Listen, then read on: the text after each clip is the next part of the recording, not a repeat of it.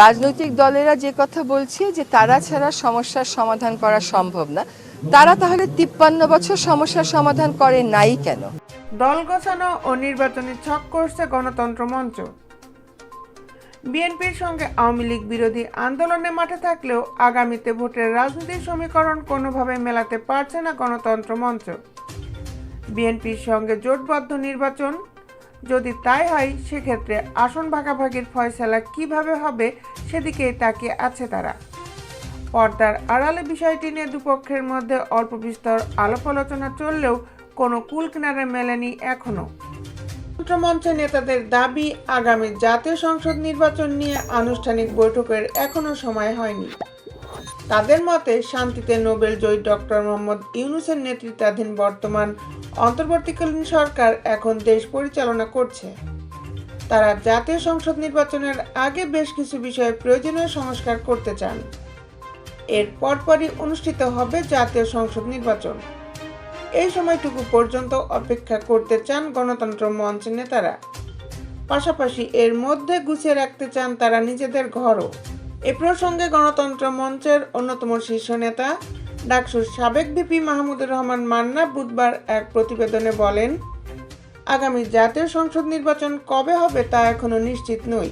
বর্তমান অন্তর্বর্তীকালীন সরকার প্রয়োজনীয় সংস্কার শেষে নির্বাচন দেওয়ার কথা বলছে।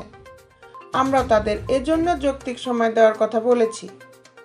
নির্বাচনের আগে আমরা হাতে যে সময়টুকু পাচ্ছি, এর মধ্যে দল গোছানো এবং নির্বাচনী প্রস্তুতির কাজ সেরে রাখতে চাই। আগামী জাতীয় সংসদ নির্বাচনে বিএনপির সঙ্গে জোটবদ্ধভাবে অংশগ্রহণ এবং এক্ষেত্রে আসন ভাগাভাগির বিষয়ে জানতে চাইলে তিনি বলেন, এখনও বিএনপির সঙ্গে এ নিয়ে কোনো আলোচনা হয়নি। আলোচনা যখন শুরু হবে তখন দেখা যাবে। তবে যাই করি ন্যায্যতার ভিত্তিতেই করব, না হয় আমরা আমাদের মতো করে নির্বাচনে অংশ নেব। এ প্রসঙ্গে গণতন্ত্র মঞ্চের অন্যতম শীর্ষ নেতা বিপ্লবী ওয়ার্কার্স পার্টির সাধারণ সম্পাদক সাইফুল হক বলেন, বিএনপির সঙ্গে জোটবদ্ধভাবে নির্বাচনে অংশগ্রহণের বিষয়ে কোনো ধরনের আলোচনা হয়নি। এমনকি এ নিয়ে গণতন্ত্র মঞ্চের ভেতরেও আলোচনা হয়নি। সময় এলে এ নিয়ে আলোচনা অবশ্যই হবে।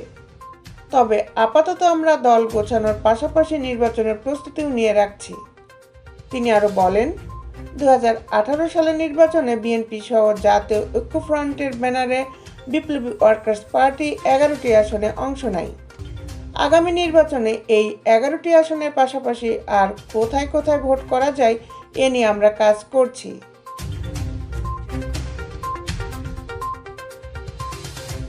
দেশ বিদেশের আপডেট নিউজ পেতে আমাদের সাথেই থাকুন। Justice television, Dhaka.